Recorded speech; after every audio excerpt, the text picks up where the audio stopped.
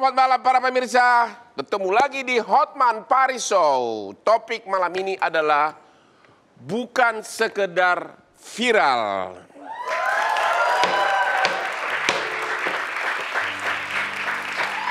Lucu banget sih, gimana tadi Hotman Paris Show? Kenapa harus begini? Kamu rasa kamu imut?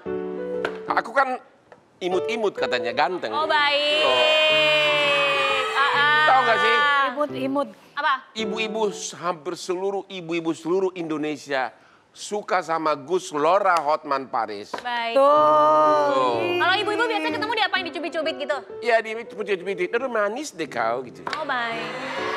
Ya, lo sih 2 tahun lalu kita udah hampir jadian. Lo rada sombong sih lo.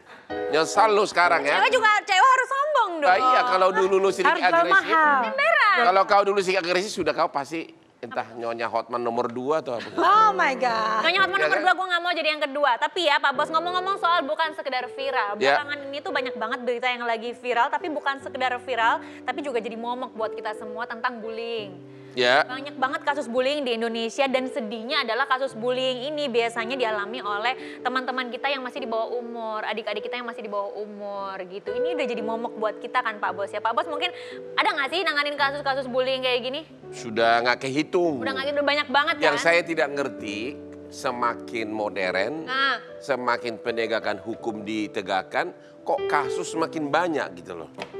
Ya, bukannya berkurang kasusnya, malah makin banyak. Betul sekali. Kayak kemarin itu anak kecil, sudah prostitusi online, prostitusi di apartemen, prostitusi di rawa bebek ya. Iya. Ya, gimana? Coba.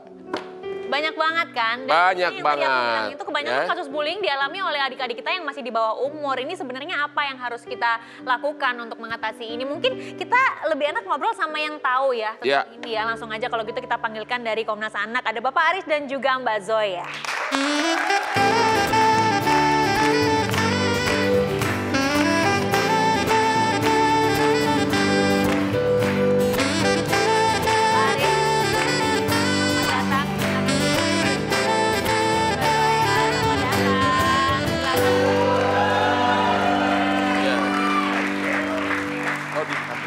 Jadi Bapak Aris ini dari Komnas Perlindungan Anak ya Pak ya. Mbak Zoya ini adalah seorang psikolog cantik. Cantik sekali. Apa kabar Pak Aris, Mbak Zoya? Baik. Baik. Bentar, Nah, agak mundur. Pak Aris dan Mbak Zoya, tadi kan aku ngobrol sama Pak Bos nih tentang bullying yang sekarang itu di Indonesia masih jadi momok. Banyak sekali kasusnya dan kebanyakan menyerang adik-adik kita yang masih di bawah umur.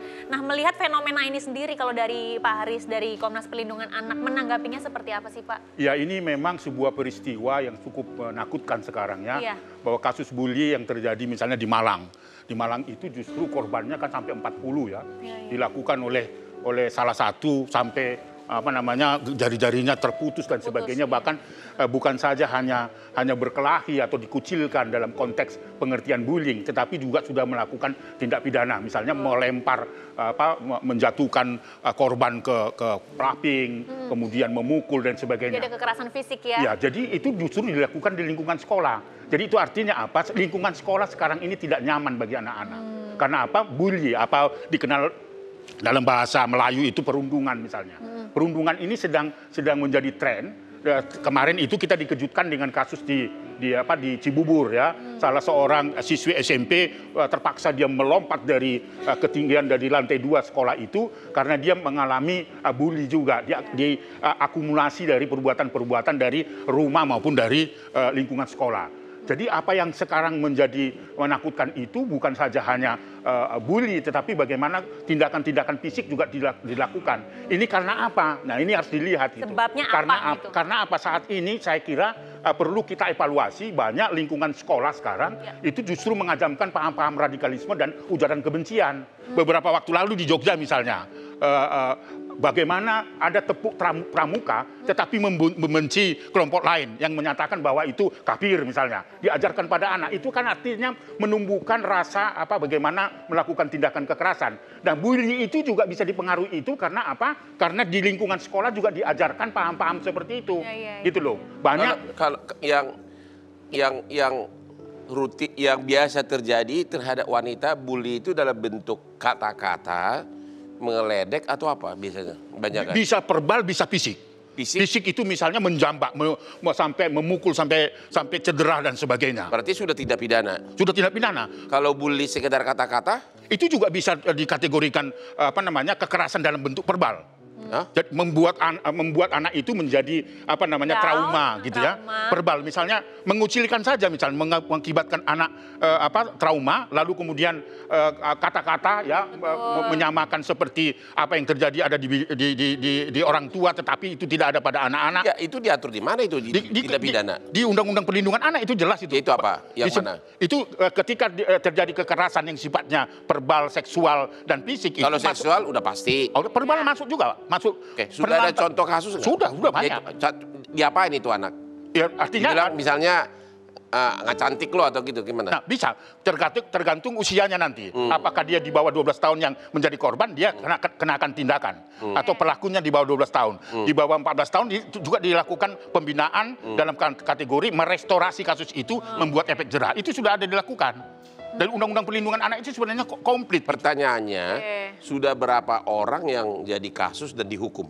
Nah, persoalannya ini bukan kuantitas gitu, tapi tentu banyak ya di lembaga-lembaga lain. Tapi di Komnas Perlindungan Anak misalnya kasus kekerasan verbal ya dalam Banyak? Ada berapa ratus?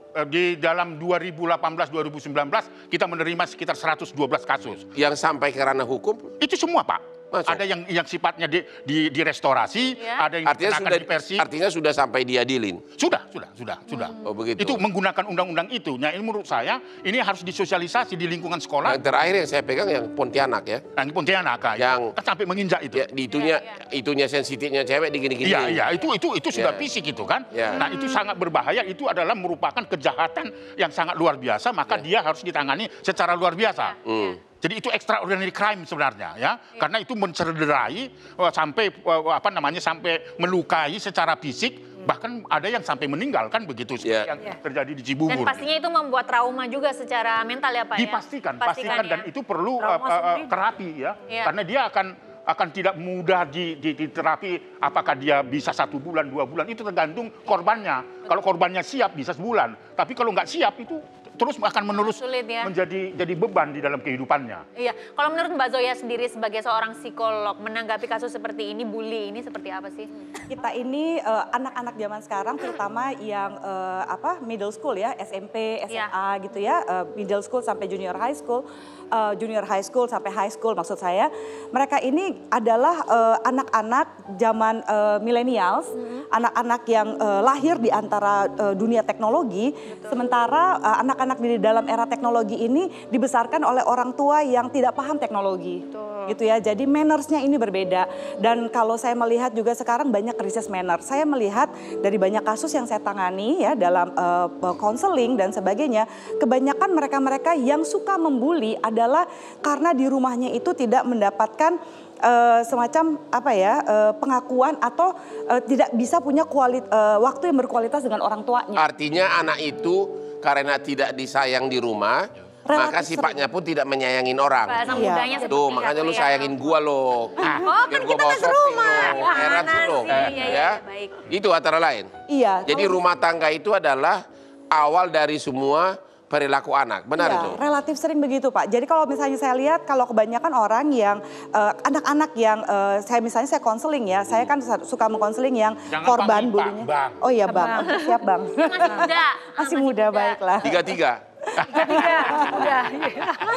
Itu jadi ketika seorang anak ini di rumahnya misalnya melihat kekerasan pada orang tuanya. Kadang-kadang anak juga nggak bisa berbuat apa-apa. Dia sedih, yang biasanya dia melampiaskannya juga di sekolah. Jadi kalau misalnya saya lihat, wah ada anak dibully lalu langsung dipanggil orang tuanya. Terus marah-marah 1-2 pihak. Buat saya itu tidak menyelesaikan. Kita lihat dulu, ada anak yang suka memukul atau misalnya melakukan menyindir. Itu kan juga kadang-kadang bikin depresi ya secara psikologis ya.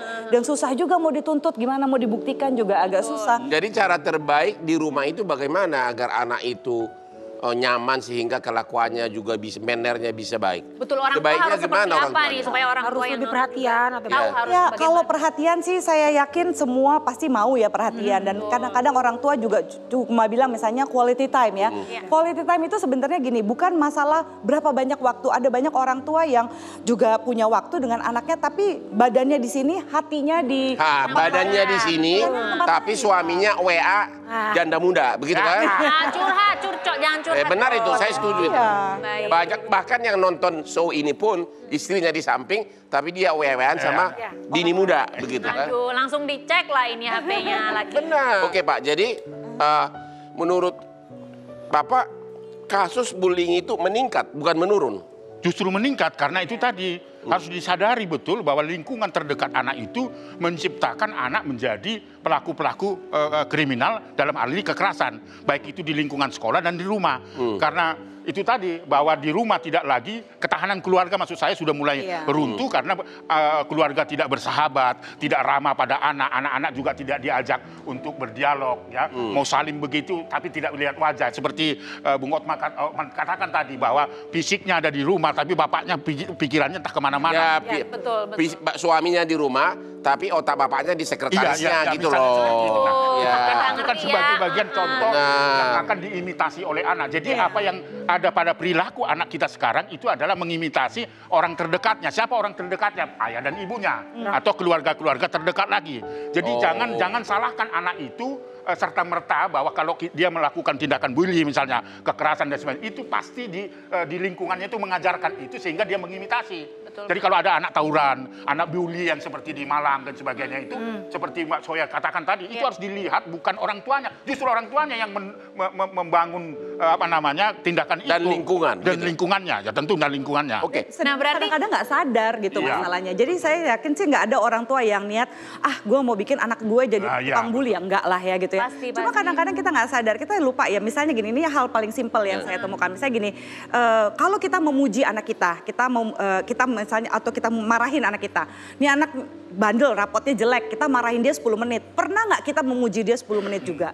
Itu aja yang paling simpel. Jadi anak merasa, oh kalau gue berbuat sesuatu yang jelek, gue lebih diperhatiin karena gue dimarahin 10 menit dibandingkan kalau gue berbuat sesuatu yang baik, gue hanya dipuji 3 menit. Oke. Saya sudah menyaksikan sendiri bedanya pendekatan budaya barat sama budaya kita. Saya perhatikan di suatu sekolah internasional ya, di mana guru-gurunya bule-bule. Pada saat bertanding bola, anak ini sudah salah nendang bola, tapi oleh gurunya malah ditepukin. Hey, you can do it, you can do it. Kalau kita langsung lo gitu kan. Lah kalau kayak gini, tapi itu benar. Kalau gini,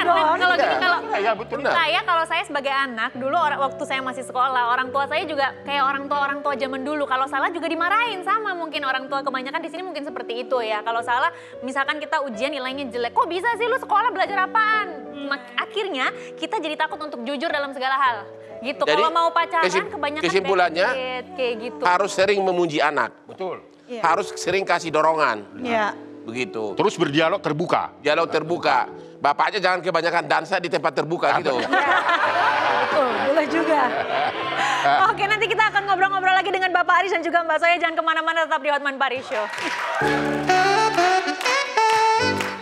Jangan kemana-mana, tetap di Hotman Paris Show. Marah pada orang yang tepat, kadar yang tepat, waktu yang tepat itu sebenarnya.